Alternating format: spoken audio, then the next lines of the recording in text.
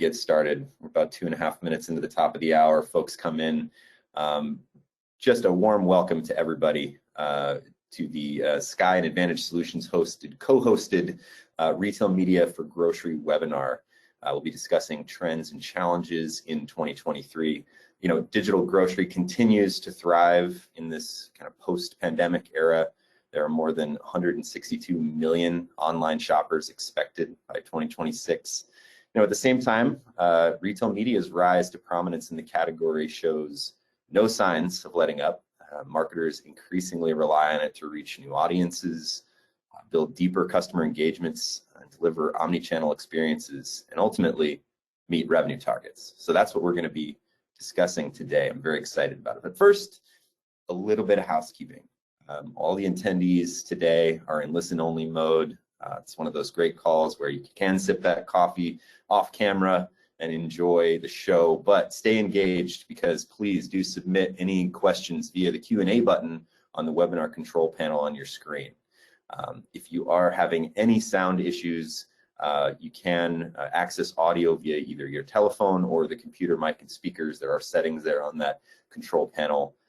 If there are any issues that you're experiencing, please use the chat function.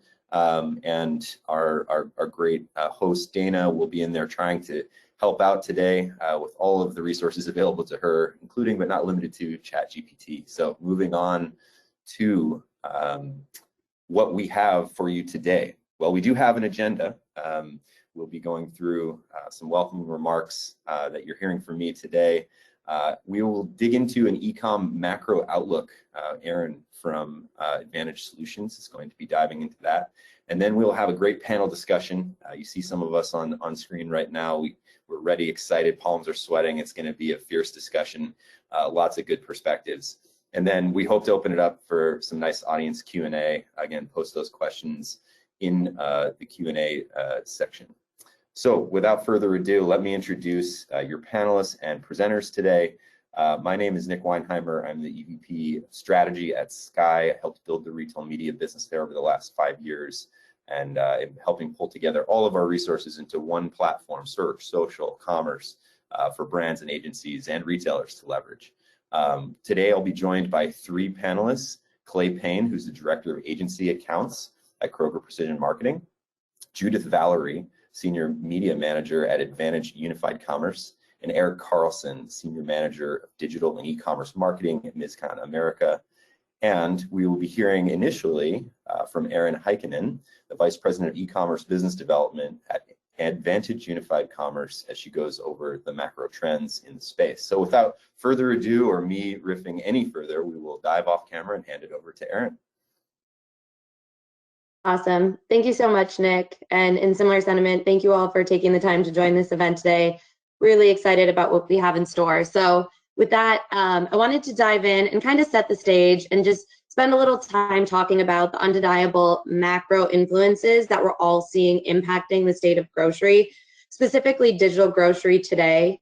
Obviously, we are well aware that shoppers' behaviors have changed significantly over the last several years, but we're seeing kind of a resurgence of consumers coming back in store. However, there has been more of a total adoption of digital grocery, and we know it's here to stay. So as we kind of look ahead at the landscape in 2023, how do we as marketers, salespeople, and solution providers really try to stay ahead of the curve? And I think as we get into the panel discussions, we're going to really hit on some of those top pressing questions that are really on everyone's mind.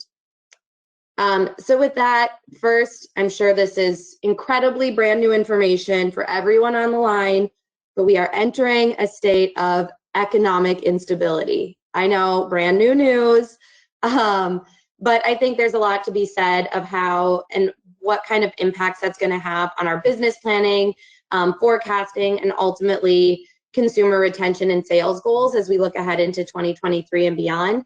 So just a few key factors, and again, I know we're all aware of, but I think are really important as we set the stage. We're seeing with inflation and increased cost of living, consumers are starting to tap into and drain their savings accounts and ultimately counterbalance that with an increase in credit card debt, which is now pushing an all-time high and will ultimately be a huge influence in how purchase behaviors are impacted and what consumers choose to spend their money on or need to spend their investments on, just based on constraints due to the economic state. However, interestingly enough, there is general sentiment about positive job security here as we're moving into the new year. I know that's been impacted most recently with some new announcements in 2023. Dell just yesterday noted that they're laying off about 5% of the workforce. So we know some of these layoffs, aren't just siloed anymore to the tech industry, but we're seeing it across the board. However, in alignment with consumer sentiment, the fact of the matter is the U.S. unemployment rate is only at 3.4% right now, which is comparably very low.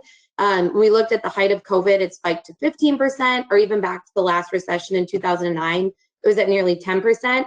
So the fact of the reality is that with these increase in inflation and cost of living, job security still is generally stable. So there is some kind of that security and peace of mind. But from the role we play as sales and marketers, we're recognizing that cost of goods increase is also impacting cost of food prices. So not something we're generally unfamiliar with. We all went through the price increases last year across the board, and that we're seeing hitting our own wallets. I mean, it's crazy to think eggs are now $5 a dozen. It's cheaper to probably own chickens than to buy eggs these days. But that's the world we're living in. And so obviously huge impacts when we think about the digital grocery environment, which leads me to my next point. Although there are these really pressing macro trends that ultimately will have huge influence on the state of digital grocery, the expectation and belief is that grocers are still planning to drive for digital growth, and trends are impacting the fact that this is likely to still happen. And so where we're likely to see these investments be taken into effect is in improving fulfillment efficiencies, how retailers are going about improving digital basket sizes and curation, and then improving inventory accuracy. All of these are factors that we saw come into play after COVID really hit, and no one was prepared for the swing of consumer shifts into the digital space, and everyone was forced to react. And generally, I think we've seen some good growth and adjustment, but expect to see vast improvements as we look here to 2023 and where these investments are going, which is going to be very favorable to both suppliers and consumers in the digital grocery space, as we'll have more control and better capabilities to invest in and respond to. So with all that being said, what are we thinking about from a consumer perspective? And what are their changes as we look ahead, and what are we expecting to see in 2023? So generally looking back to similar levels of economic instability, we know it to be true that often lower income households are forced to change their shopping behaviors in trade down decisions. So whether that's changing the format they're shopping at, the size of their baskets or value of their baskets, or shifting from branded products to private label, these are consistencies we've seen in the past and are expecting again here. So looking for how we adapt and recognize this to ensure we're maintaining loyalty with our shoppers is going to be a big focus and something we're going to want to stay ahead of and plan for accordingly. However, for higher income households, we don't necessarily expect to see that same level of leakage, but rather there's likely an opportunity they will remain loyal in their consistent shopping behaviors. And then furthermore, I think it's really important, something we need to focus in on, is that the fact that how consumers have adapted their shopping behaviors and really started to leverage digital to improve their overall purchase experience. Those habits that have started early are now becoming long-term kind of trends that they're embedding into their everyday life. So again, we as marketers have to look at this differently than we have in the past. And I think it's interesting to again relate back to the last large economic downturn of 2008 and 2009 and look at the tools and resources we had back then to compare to what we have now. Our ability to plan more precisely, optimize our investments in real time, utilize tools and technologies like Skai to inset utilize day parting and AI rule sets. There's so many different capabilities we have at our fingertips that we didn't in the last recession, that we can be far more pointed and diligent about our digital grocery strategy by being a better user of the tools and capabilities at our fingertips and being more strategic with our planning to impact the digital path to purchase.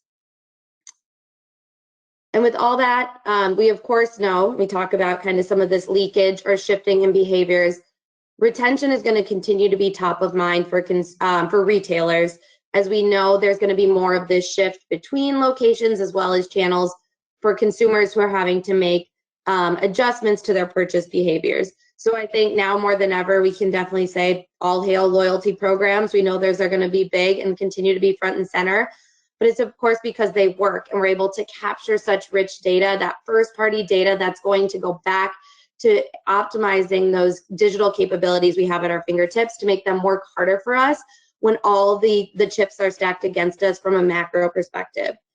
So the winning combination isn't just about convenience anymore. When we're having tighter wallets, we have to find the right balance of cost savings and value with convenience. I think it's really interesting as you think about your own behaviors. We all have recognized Amazon Prime isn't really 2 days anymore. It's taking 4 to 5 days to get our orders, but that's not necessarily changing anyone's selection to go purchase various products on Amazon. So again, it's making sure we're finding that sweet spot between cost of savings and value with convenience. And so all of this, of course, is going to come at a cost. And who's going to be taking on that cost? It's our retail partners, and we're going to have to work together to offset those. So being creative in your strategic JBP meetings or business planning discussions is going to be more important than ever to help support how are we retaining customers? How are we supporting the category in a new way? And it's meeting the consumers where they are at with the preferences they prefer. So I know this isn't necessarily groundbreaking in its perspective, but when you think about a busy mom who barely has time to stop and pick up her curbside order versus a young professional who is maybe doing fill-in trips, we can't be blasting the same messaging and solutions and offers across the board because they have different needs and expectations. And if we want to maintain that loyalty and be strong partners to our key retailer customers, we need to start thinking differently. And that definitely rolls seamlessly into this next call out about how targeting enhancements are really starting to become more available and front and center within RMN capabilities. So call outs to savings and using data in a more reliable fashion, using attributable sales data is going to continue to be a main point of focus and an area of growth and investment in these RMNs. We've seen leaps and bounds in the last year, but are expecting more as we move forward into 2023 and beyond. And I think as we move into the panel discussion, we'll really be able to hone in on some of these great nuggets here. But again, it's not just about the capabilities that are becoming more and more rich and relevant, like different shoppable ad units or CTV advancements or cloud-based in-store digital radio. There's all sorts of capabilities that are becoming accessible to all suppliers in the market, but it's the richness and the technology solutions behind it.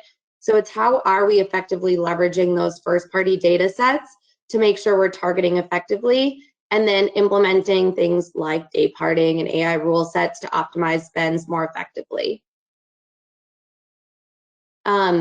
And so to kind of start wrapping things up so we leave enough time for the panel discussion, what is next and what do we need to keep our eye on with the evolution of retail media networks? Although I am not a gambler, Vegas is not my friend. If I were to be a betting woman, I would look at the continued evolution of the total connected commerce media solution.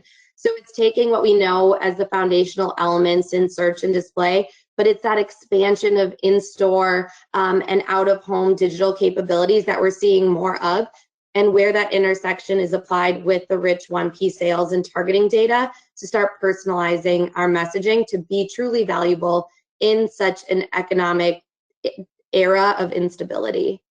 So looking ahead, the next chapter is really about linking national and retail marketing and ensuring that core messaging remains consistent across platforms so that we can really scale our efforts, but recognize attributable results. We are all very well aware and versed that we no longer can live in the realm of just some kind of loose and fast performance metrics, but they have to sync back to real attributable metrics. And I think with these advancements in retail media networks and strategic thoughts of how we're adapting our plans, we're really starting to see that come to light. And I think that's going to unlock more opportunities to shift budgets, national brand budgets, into more retail focused efforts and align with the consumer where they're at and in a way that's comfortable for them. So with that, I think I've spent enough time here chatting off your ear. Nich, I'm going to pass it back to you to dive into the exciting part of this conversation and open up the panel discussion. Thank you, Erin. That was very informative, and I think you will see a lot of those points expanded upon as the panelists come back online here. I personally believe that it takes a village. I think that's what we're experiencing in the market today, whether that's the brands putting pressure and wanting to reach the consumers through retailers, the agencies driving the strategy and the activation, and the retailers for their part tooling up with technology, people, processes to be able to help achieve those goals, and for us as our role-playing technologists to help deliver that vision. It's a path, and it takes the village to meet the consumer where they're evolving. So I'm very excited to kick off the panel, and I think the first area we'd like to explore, and by the way, I'd like to ask each of you panelists to briefly introduce yourself as you get your first question, just so that the group gets to know you and is reminded of your role in your company. The first area we want to explore, right, is where these investments are coming from. We heard a little bit from Erin around kind of trying to bring the national budgets that some of the brands are investing closer into this opportunity. There's so much rich data. This is not just trade. We're seeing this as a very powerful customer acquisition channel. But maybe initially, let's get the brand perspective from Erik at Mizkan. Erik, first, if you wouldn't mind introducing yourself, and then maybe, as we heard about in the setup here about the proliferation of retail media networks, how much opportunity there is for you as a brand. But I imagine from your perspective, that could also be quite overwhelming, having so many choices. How do you decide which retailers to work with? How are your budgets allocated between your channels, and where are those budgets coming from? Yeah, thanks, Nich. So Erik Carlson, Senior Manager of Digital and Ecom for Mizkan Americas. It's a great question. As we go into planning, we always look at it and start with our brand objectives first. We always want to ladder up to that. So whether we're trying to grow our household penetration, grow our overall turn within each retailer, we kind of just start with that as our baseline. We then kind of take it to the next step where we start to identify our partners and which of their shoppers are the best fit to fill those objectives, because their execution could be different at each one of our partners.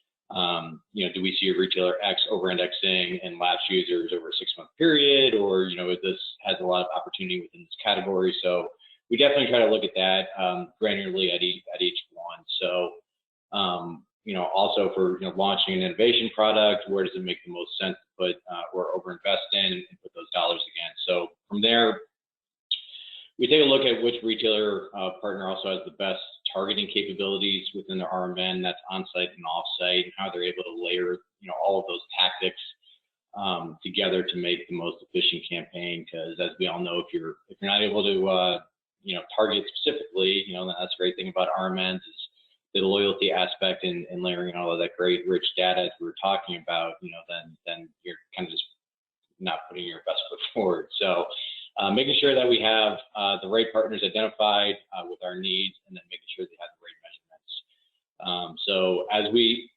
excuse me, as we look at those retailers, just for example, on search, if we're looking at, a couple different KPIs, depending on our brand objectives, we could be looking at impressions, new brand, ROAS, top KPIs, and then which partner can, report on those. Obviously, not every retailer out there and RMN network out there is able to report on new brand metrics or, how much incrementality is there. So as we kind of look through all of that, that's how we kind of build out our platform. And, it's a great question on how do we bring our dollars closer to the bottom of the funnel, specifically with the RMN loyalty data, because we are actually bringing in budget from our national partners and budgets, whether it would be on social or programmatic or even TV. and bringing it closer into the RMN to really get that loyalty data overview, because people are raising their hands, they're ready in aisle, they're ready to buy. We're also shifting some dollars from trade to support within each retailer partner. So we're really looking to boost our overall advertising budget within the RMN space and really support Omni, because that's where we see people converting the most. And obviously you can hit them from the top of the funnel to the bottom of the funnel. It sounds like a fairly complicated rubric to figure out how to spread those budgets around. I'm hearing a lot of classic shopper marketing strategy being employed here, but also kind of tunneling through both sides of the mountain, from the national dollars trying to come in and take advantage of the amazing targeting opportunities and digital shopper marketing technologies that are coming to the fore. But certainly you also can't ignore the JVPs and the volume that each specific retailer is bringing to the table. So it sounds like it's probably a fairly complicated calculus, and you're the man for it. But maybe we can switch gears over to Judith with Advantage, and maybe discuss a little bit the impact of the current economic climate for us on RMN investment decisions as we're entering into 2023 and seeing some sort of shifting sands underneath the consumer, underneath business, underneath technology. Are there any other factors that are influencing investment decisions, with the current state we're in, and given that you also have a breadth of brand clients that you support, your perspective is very interesting here. Yeah, so I'm Judith. I'm a retail media manager at Advantage, and yeah, it's pretty interesting right now. One of the things that we're looking at, and brands during these tough times, they're looking to understand, okay, where is my media dollar going the farthest, right? So we look at the efficiency across the different retailers and ensuring that we're partnering up with them so that we can make those media dollars work the most. So that's one of the main ones, but there are different factors. We have the targeting capabilities within each of the RMN, which in each of the RMN is very different as well, because we want to ensure that the brand is constantly targeting new customers and also retargeting those loyal customers as well. But there are other things like the media tactics available within the RMN. Where do they, if we can fulfill that funnel within that RMN, so that's a big one as well. The measurement, the data available within each of them. Every RMN has a different way of measurement, and it's just interesting to also understand what is available to us and what level of information we can access, so that we can also cross-reference across different platforms and ensure that we can make those decisions based on that. And one of the other factors that I personally think is driving the decision of where to allocate is the technology and the innovation that we're seeing behind. Like I personally look at, do they have their APA integration capabilities, for instance, because we work with different retailers, more than 10. And so we want to be able to see a holistic view of how all of them are performing. And so that in that way, we can make decisions. Oh, we need to move funds from here to there. And it's just, we have different factors, from efficiency to targeting capabilities, to the media tactics available within the RMN, to the level of information that we can access as well. And also the innovation and the technology that is accessible to us as well from those retailers. That makes sense. I think, last year when we ran a survey, the number one answer that we got on challenges in the space was measuring success in a way that's meaningful to my organization. And that's so difficult to do when you're comparing apples to oranges to kiwis. When it's targeting types, it's the technologies that they're leveraging, it's the different parts of the funnel they can address. Normalizing that is a very difficult challenge, but that data-driven argument to invest more or even invest at all, and especially if you're not potentially at the top of the heap of initial investment dollar, you're really fighting to be heard. And we're seeing so many evolutions in the space, from clean rooms to partnerships with traditional POS data providers that are helping to address these issues that brands have. But switching gears, because we do have Kroger Precision Marketing here, Clay Payne, who is living and breathing this from the retailer's perspective. Look, there are a ton of retail media networks out there to choose from. You're hearing it from the brand, from the agency perspective. we have macroeconomic constraints we heard from Aaron about. How do you differentiate your offerings and not replicate, the same play as other RMNs out there? And how would you kind of encourage suppliers to prioritize retail investments to be most successful with Kroger? Yeah, great question. Thanks, Nick. Like you mentioned, I'm Clay Payne. I'm the director of the agency partnerships at Kroger Precision Marketing. I think for us, there's really 3 areas of consideration, as far as differentiation. So number one, scale matters. Brands need media partners with enough scale to move the needle on national sales. And there may be over 40 retail media networks out there these days, but how many of those actually have real scale, right? I think secondly, data quality matters. Data gets old, and how often do you visit the mall, as an example? Large national grocers like ourselves, we have the advantage of trip frequency. People are going to get groceries every week, or sometimes more than once a week in my case. And then I think, single category data is very limited. So again, large national grocers are selling across multiple categories in every single cart. And that's a lot of variables and a lot of data points that we can analyze over time.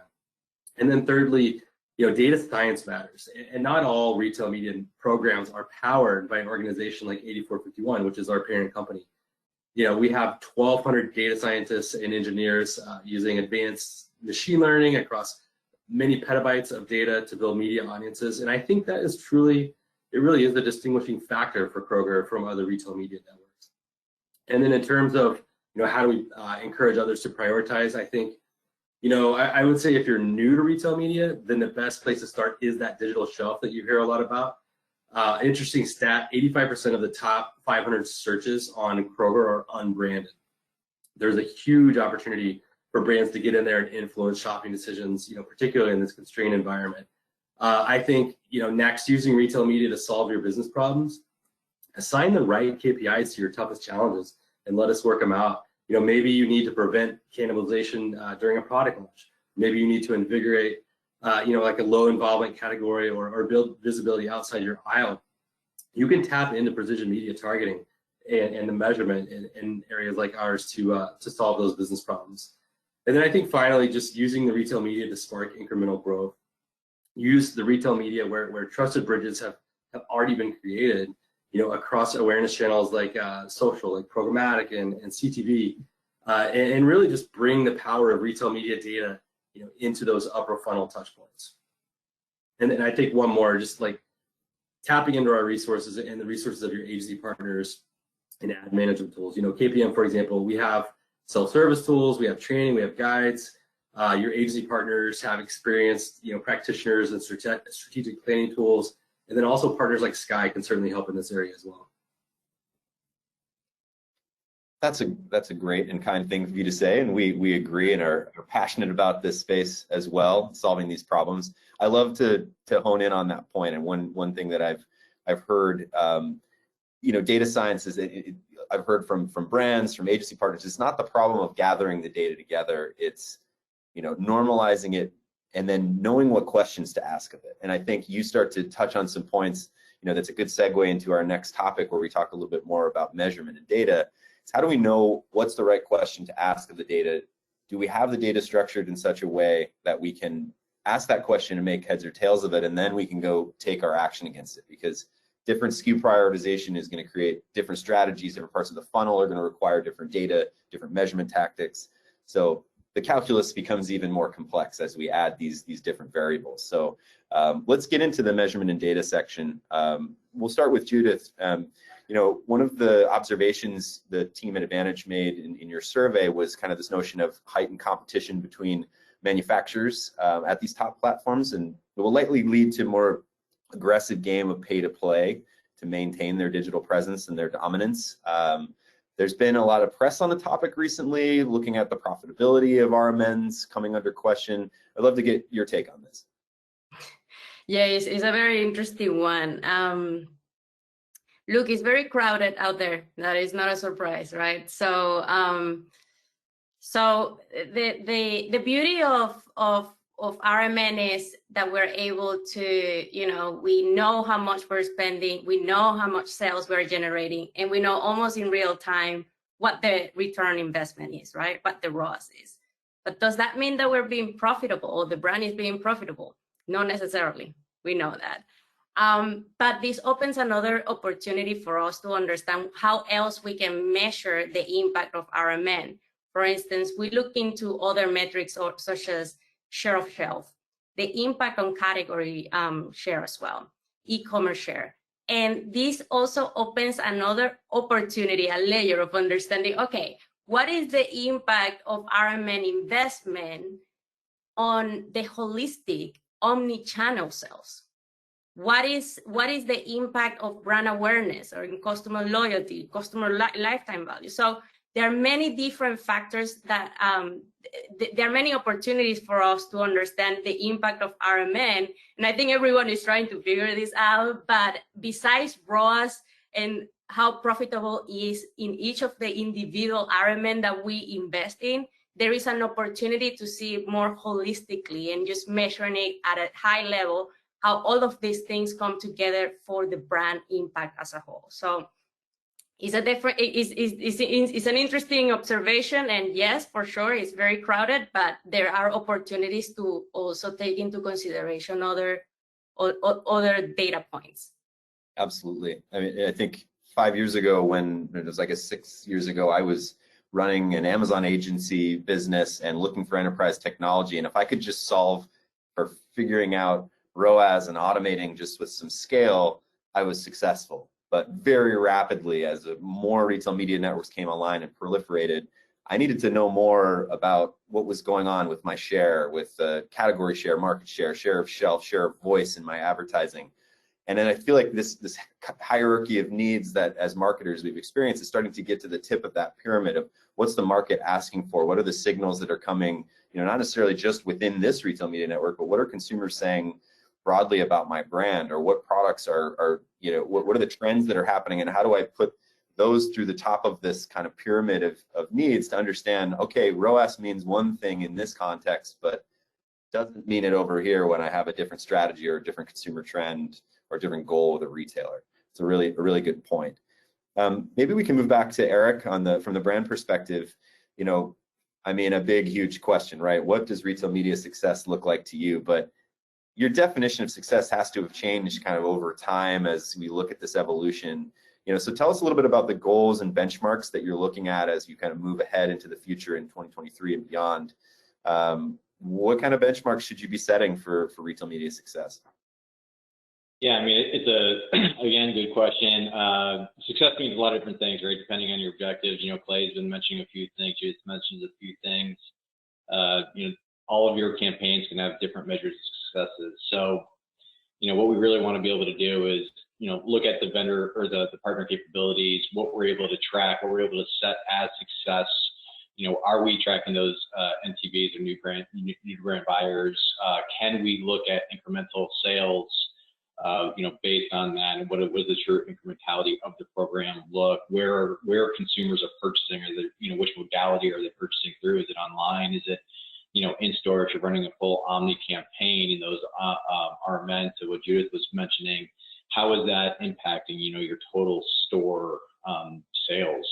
So again, it really depends on what you're trying to measure as success. But of course, with benchmarks, we take a look at industry benchmarks. We take a look at historical benchmarks. We kind of set those benchmarks up, and then we set goals based on what our objectives are. Sometimes our goals are going to be well lower than our objectives, really depending on what it's going to be. Again, if we're, just for an example, if we're doing a search campaign and the industry benchmarks roughly 3.5 times, and our performance benchmark has been outperforming, but at 4.5 times.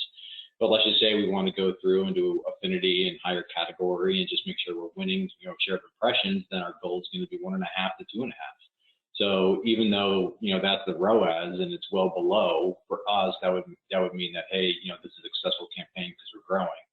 Ideally, we would be able to get all those other metrics as well. But for those, partners that don't have those metrics, we do fall back on ROAS as kind of that starter, and then we kind of look to overlay our total sales on top of that. And we look at post, during, pre, during, and post performance to see, where those sales lifts are, and what our metrics are that we have within these RMN campaigns, and see if we do have a really, a true impact on the business. I imagine it's also somewhat organizational in terms of what is the organization willing to accept as a measurement paradigm on a channel by channel basis. You may have an idea or a thought that makes great sense, but the organization hasn't either evolved or matured to the point where they're willing to see that, what appears to be underwater for ROAS, but you argue and maybe can show with a data-driven argument is showing share in total growth and sales. I think more and more organizations are coming around to that, but that's definitely been a path that has created resistance in the growth of the space. But it must be moving fast enough based on some of the signals we're seeing in the growth, proliferation of spend in this area. But pivoting back to the Kroger perspective with Clay, look, there's a constant tension in the history of brand and retailer negotiating, trying to figure out what's that fine balance. There's been a history of, co-op riders in the broader, arrangements between and contracts between brand and retailer. But retail media networks have sort of created a different layer here. We've seen major retailers start to release new data sets that natively they wouldn't have in the past, that might have been putting them at a disadvantage in a negotiation. What is Kroger doing, to address the measurement demands of brands and maybe changes around data or tracking or reporting that, is going to help this evolve and brands make these data-driven decisions? Yeah. So I think first, it's important to note that KPM really strives to earn our media investment by delivering results. And I think, one thing that we're really proud of is the Path to Purchase Institute just released a survey of marketers, which ranked Kroger as the #1 retail media network for ad measurement capabilities again. So this is something that we really strive, in our day-to-day, we're very proud of. I think, as a retailer, we're in a very fortunate position as well that we're not necessarily, most of our ecosystem isn't greatly impacted by some of those external factors that you're referring to. But to that end, our e-commerce properties require a login, so we know 100% of those users and who they are. And then meanwhile, Kroger's loyalty program is connected to 96% of all Kroger sales, including in our stores. Aaron mentioned the importance of loyalty programs earlier, and that's certainly a key component of our flywheel. Absolutely. I definitely type in my phone number, otherwise I'm paying 10-15% more when I'm in store. So Right. I'm hopefully becoming part of the Omnichannel data set for measurement. Very, very good points. I want to switch gears a little bit and talk about kind of some of the expansion in the media for retail media, right? A lot of the focus in the evolution and rapid growth has been in on-site. How am I competing for that consumer, especially in grocery where, that non-branded query, Clay, that you talked about, the 85% of queries, right? That's a hugely important opportunity for me as a brand to potentially earn. And now as we see, earn that customer, and now as we see, previously purchased products easily added to cart, if you get that shopper that first time, that loyalty to your brand becomes almost a default. And we all know statistics around default, so I won't try to share them. Maybe coming back to you, Clay, there's been sort of a lot of talk about this third wave of retail media, and it'll center around the growth of offsite and in-store opportunities, this omni-channel notion. We're moving beyond, competing for just that search ad, in which has only got a limited number of queries on any given site, right? So can you tell us a little bit more about what you're doing to address some of the offsite opportunities, with a DSP, whether it's the Snapchat partnerships you've launched, something that you're focused on there. Can you tell us a little bit more about these partnerships and what we can expect in the future? You bet. Yeah, on-site, like you mentioned, is always going to be our bread and butter in retail, but we know that we need to be wherever our customers are spending time consuming media. So to that end, we've really built these trusted bridges I mentioned before for brands to use our data science, our first-party data, to reach those relevant shoppers on other channels like Pinterest, Snapchat, which is new to us, Instagram, Pandora, Roku. Most recently, we've also launched a self-service private marketplace for programmatic display. That's a huge move for us. Also includes online video and CTV. And this allows advertisers to access those Kroger audiences, via our first-party data in their DSP of choice, which is a huge differentiator for us and a huge focus for us. And then optimize performance based on kind of more traditional retail metrics like sales.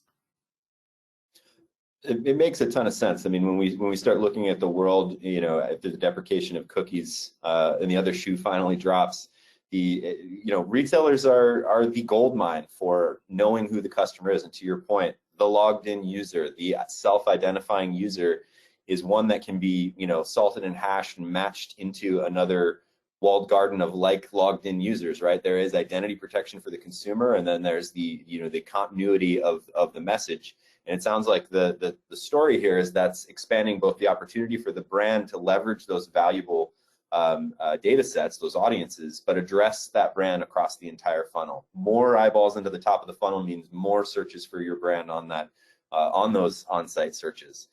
But maybe Erik, back to you on the brand perspective. There's no denying that opening up off-site and in-store opportunities is hugely valuable to brands. You're opening up that funnel opportunity, different ways to communicate with the consumer, different parts of the purchase journey. But what implications does retail media moving up the funnel and off-site, in-store have on things like omnichannel strategy and planning? Yeah, so as we all know, the funnel has changed very significantly over the past couple of years, where consumers can go from top of funnel to bottom of funnel or conversion all within the same experience. So for us, it's really getting in front of the right consumer at the right time during their path of purchase. So for example, if we were to partner with KPM or another RMN out there, and we were to utilize their PMP or another DSP out there, knowing that, hey, this person's in aisle or this person's looking, even if they're not in brand, we're able to hit them on Roku, or we're able to hit them on an offsite media with a brand equity message. Or on the other hand, we're able to look at their loyalty data even further and say, hey, what actually drives this person to purchase? Is it a deep coupon? Is it a retention-based coupon, so lesser value? Is it a straight equity play? So we're able to position our messaging in a way within the individual ads that we kind of put out there and across multiple different channels, and target that specific audience person or audience user as they're going through the purchase. So it's great for us because we don't have to then, to your point earlier, we don't have to separate out our brand national versus our RMN, because we can do it all in one spot now, and we're even closer to that bottom of the funnel because we're able to take that top of funnel awareness and bring it right down, whether it's a straight add to cart button, CTA, or it's a CTA to the product detail page. Or to your point, are they going then back onto the retailer site and searching for it? So for us, it's fantastic that this is expanding. We're excited about the loyalty opportunity through all of our RMN partners, and we're excited to target the people and where they need what brands they need to find. The fidelity of measurement starts to get really exciting. I'm a cord cutter. We see all the stats of of folks leveraging connected TV for their consumption of media. We're seeing live sports start to show up more and more exclusively. But it's happening, right? And you notice there's who's watching, which profile is watching. Is it the kids? Is it my wife? Is it me?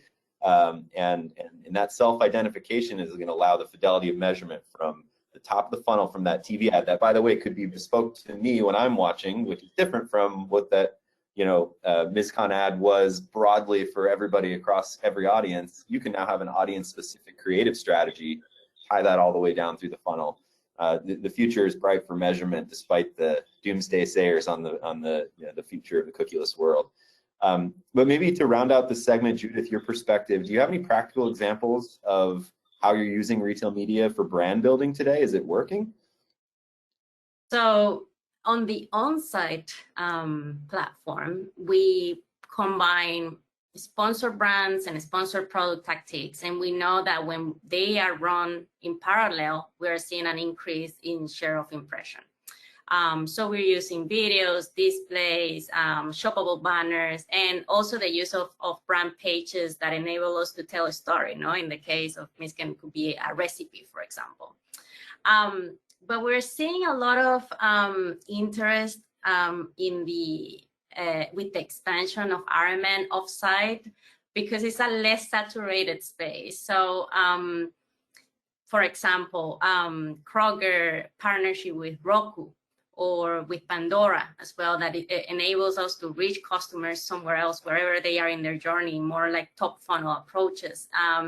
And it's exciting to see that expansion But at the same time, we're seeing this attractiveness, or there is a growing interest from brands and clients.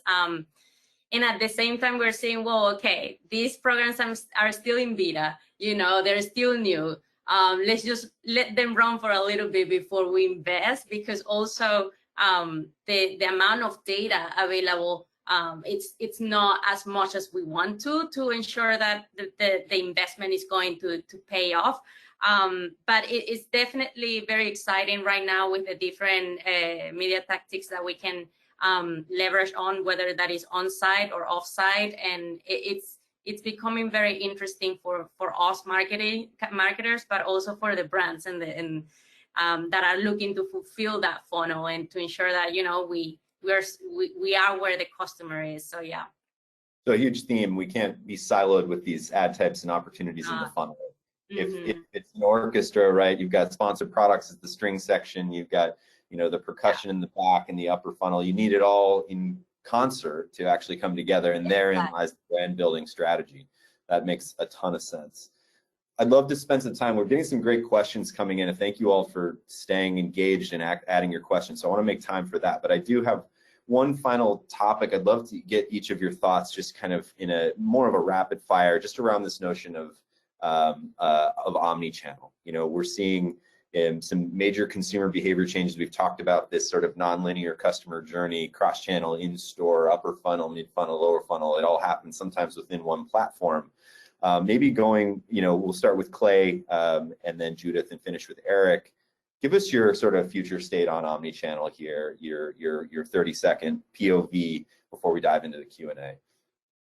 Yeah, I think a couple of trends that we've noticed just kind of throughout the last couple of years are, the brand decisions that are happening at the digital shelf. And we mentioned this earlier, but 85% of the top terms on Kroger are unbranded. So people are typing in, soup, yogurt, milk, cereal. So a true opportunity for brands to get in there and influence what the shopper is seeing and what they're buying.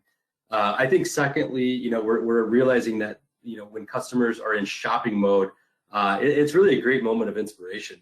We use our data science to put products in front of the most relevant new households.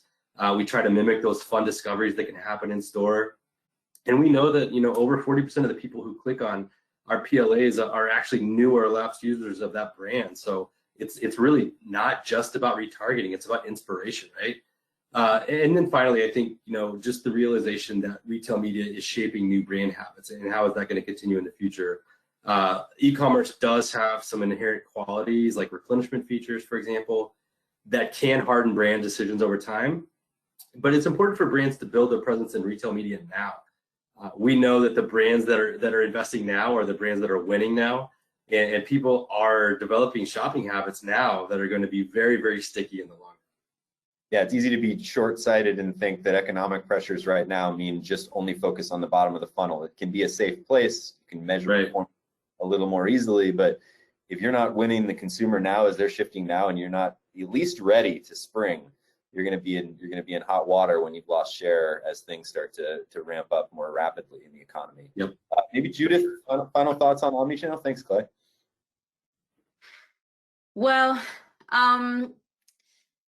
I think coming together, the in-store and online different marketing programs that we run is definitely one thing that is exciting, especially for us at Advantage, that we know that this is a challenge, right? We know that, having different programs on site or online or offline, we know that this is a challenge for every brand. And we understood that, and that's why we are bringing those together in-house in an agency, where we can collaborate with the brands in different angles. So I think that where I can see is a lot more integration from all the different angles when it comes to e-commerce and online and offline. And yeah, I'm very optimistic. We're trying. I feel kind of compassionate for everyone in the industry, because we're all trying to figure it out. What is the best way, And it's a challenge, but it's exciting at the same time. And yeah, we're there doing the best we can every day. And yeah. Awesome. How about Erik, from you? What's your thought here? Yeah, I mean, I think Omni's, just has unlimited potential, mainly because we know that people that shop between all modalities, whether it's in store, whether it's online, they spend more money, sometimes 2 to 3 times more money than somebody that shops a single modality. So being able to reach these people across all the different channels is key.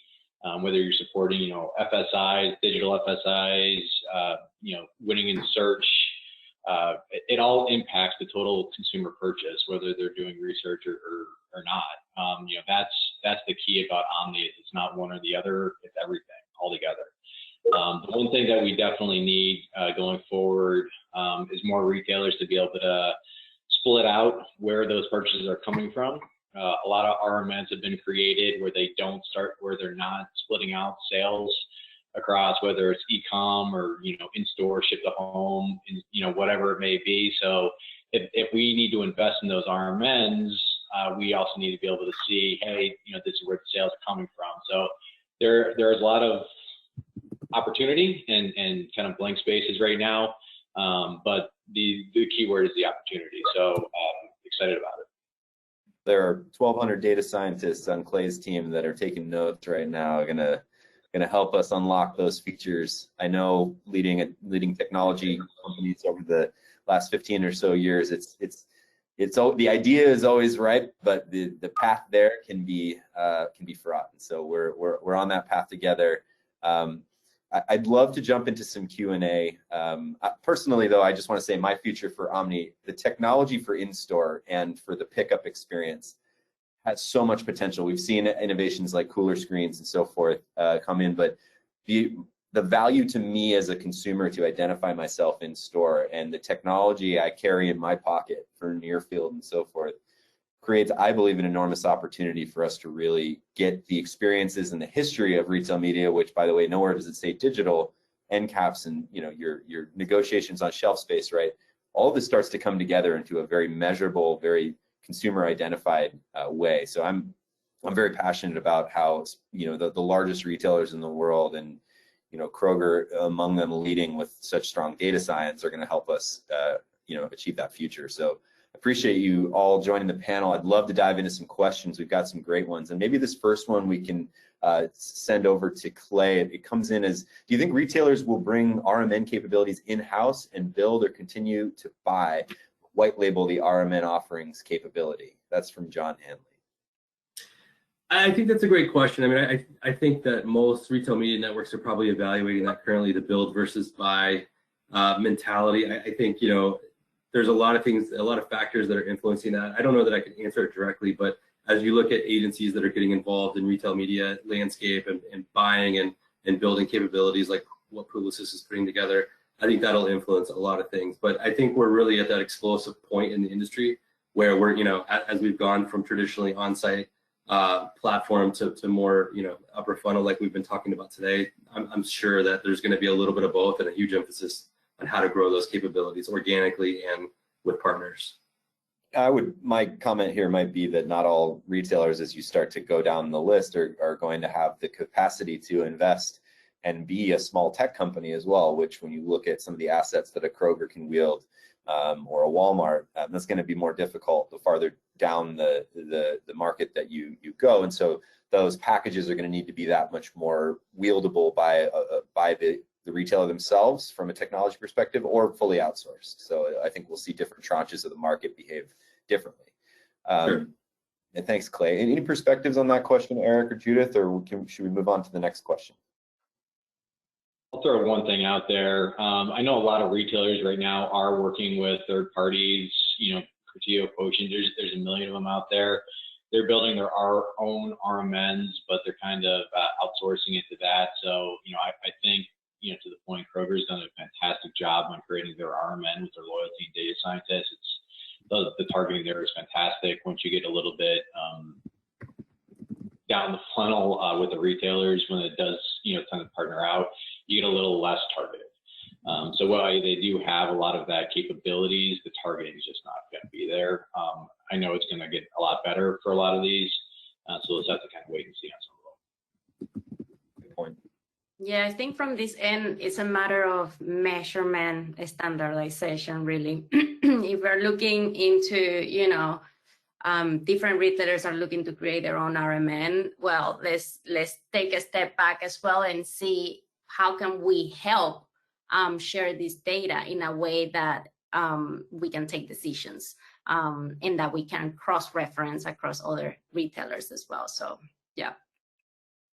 Good points. Another great question here with just a couple minutes left. I appreciate all the questions. I'm going to try to pick one or two here that we can focus on for the last couple minutes. How do you balance showing up wherever the consumer is versus not oversaturating the consumer with ads? How do you strike that balance to stay away from ad fatigue? And feel free to jump in. I no specific direction here. I think that's an important role that the agency plays in general. I think that's kind of the frequency is certainly kind of the holy grail of how do we stitch together audiences and make sure that we're showing a relevant message the right amount of times and the most relevant amount of times. So I think that's something that every agency handles a little differently, but it's certainly something that's top of mind. We don't want to be hitting people too many times. And I think the power of the first party data that fuels those campaigns can certainly help with what message we're showing and how often and when. Yeah, it really depends as well on the story that we're telling on that ad. That is not, it's relevant to them. So at the same time, the frequency as well, how many times the ad is displayed, and the flexibility that we could have as well to change the ads once it becomes, kind of outdated. But I think it goes back to the content that we are displaying and seeing how that's relatable to the target where they are, because the same content on social may not be right on RMN, so it's really understanding where they are, the time, and the behavior where in where they shop. 100%. I love the comment on content. There are ads I love seeing and crack me up every time. There are ads that I have to mute because I'm so annoyed by them when, you're looking broadly at that type of media. And for our part, technologically, there is data available that allows us to project and provide AI widgets that project ad fatigue and tell you when to switch out copy or when to switch out creative. So this is definitely an area, not just frequency capping as best practice in a DSP, but additionally, looking at that creative and that content. We're up at the top of the hour here, but Erik, any final thoughts on that question? And anyone who also asked other questions, we will be glad to follow up from each of our perspectives. Yeah, just a real quick follow here. Judith is absolutely right. The content is key, but it also, again, just back to my original point, is the ladders up to your objective in what you're doing. If we're running a TDC on Kroger or a coupon and we're overlaying it with a online ad, our reach is so large with Kroger that we haven't gotten into ad fatigue yet, which is fantastic. So, depending on your, length of campaign and everything else, if it's a 2-week, if it's a 4-week, if you're getting into month, 2-month, 3-month, certainly ad fatigue is a concern, but when, duration is a huge part of it. And if you're really trying to drive that consumer who usually interacts with those type of ads or deals, we haven't hit that yet on ours at least. Amazing. Well, thank you all very much for joining this panel. Clay, Judith, Erik, your perspectives were awesome. Thank you to the audience who attended and stayed a minute later. The future's bright. We've got the village working the problem from all angles. I appreciate everyone's perspective. I hope we'll get a chance to collaborate again on this. And again, thank you for joining the webinar from Skai and from Advantage Solutions. We'll see you in the future.